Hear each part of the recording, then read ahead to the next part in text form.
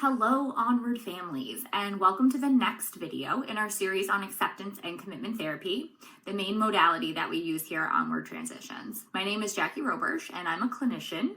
Last week, if you joined us, Andy and I taught you about the ACT matrix, which is one of the main tools that we utilize here at Onward with our members.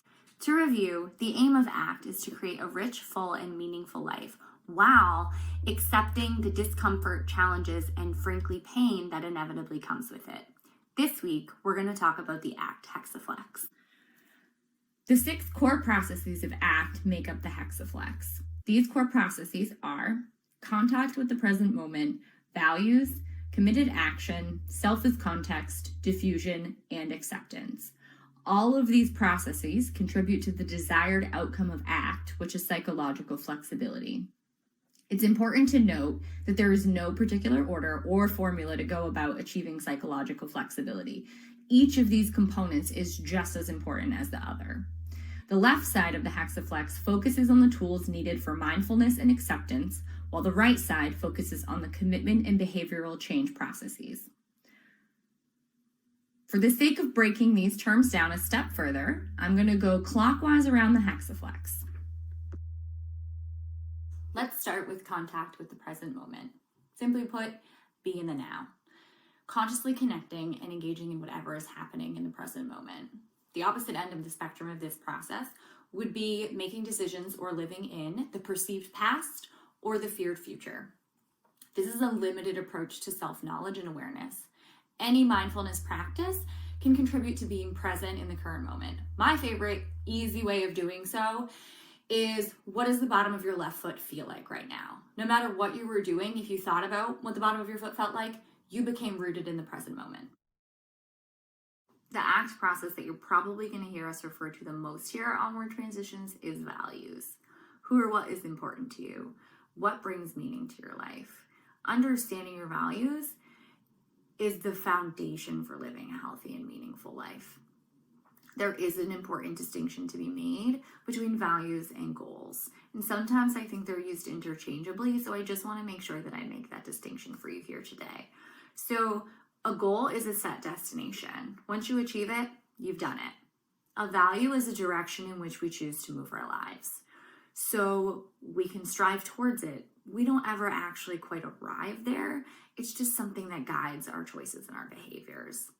So for example, say we value social connection.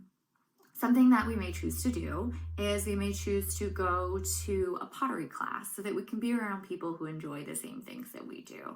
Going to that pottery class is a goal, but going around and being around people that we might be able to make connections with, that's moving towards our values. Going to that pottery class isn't going to achieve that. It's just going to help us move in that direction. Committed action is simply doing what it takes, making deliberate choices and taking effective steps guided by our values, even if it brings up pain and discomfort. This involves making conscious choices and understanding the underlying drivers of our choices. The opposite of committed action is unworkable action. This includes actions that are impulsive, reactive, or automatic, as opposed to mindful, considered, and purposeful. Committed action is motivated by values to overcome avoidance, inaction, or procrastination. In the ACT model, committed actions are the foundations for improving the quality of life. Self as context can also be known as pure awareness. We here at Onward Transitions simply like to refer to it as noticing. If you noticed, Andy and I utilized this term a lot last week when referring to the ACT matrix. It really is the underlying component of taking a step back and understanding what is happening in our daily lives and why we're making the choices that we are. Self as context looks at 2 parts of the mind. It looks at the thinking self, which stems from language and our daily narrative, and the observing self, which takes a step back, distances ourselves from our thoughts, and simply realizes that we are a human being experiencing these things. For example, say your member's having a difficult time calling their boss because they've been late for work a whole lot. They may start to spiral, and they may start having some thoughts of worthlessness.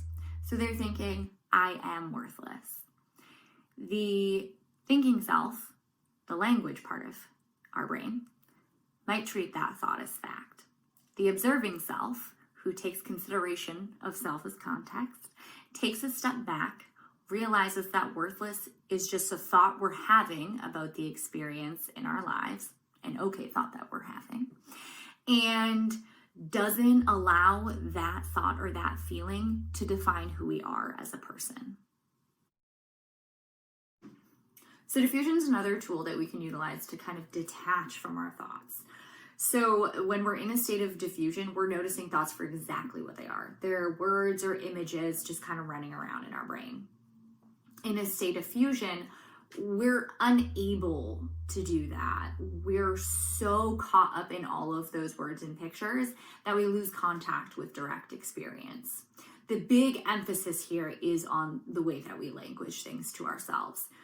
And mindfulness can be a shuttle between the two worlds of direct experience and language.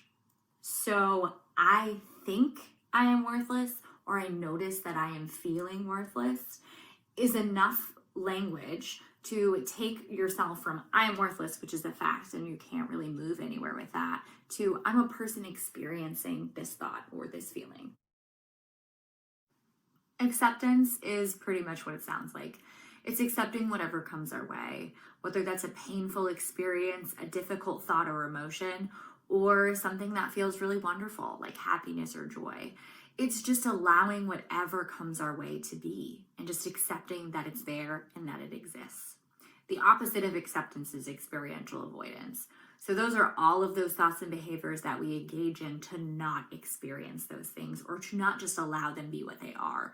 So we try to run, we try to escape, we try to avoid. All right, that was a lot of information to digest. Our main hope is that you've gained some familiarity with these core processes and feel a little bit more comfortable discussing these concepts with us or with your young adults. Thank you for joining us, and Andy and I will see you next week where we review some of the stuff about the Hexaflex and discuss how it interacts with the ACT matrix.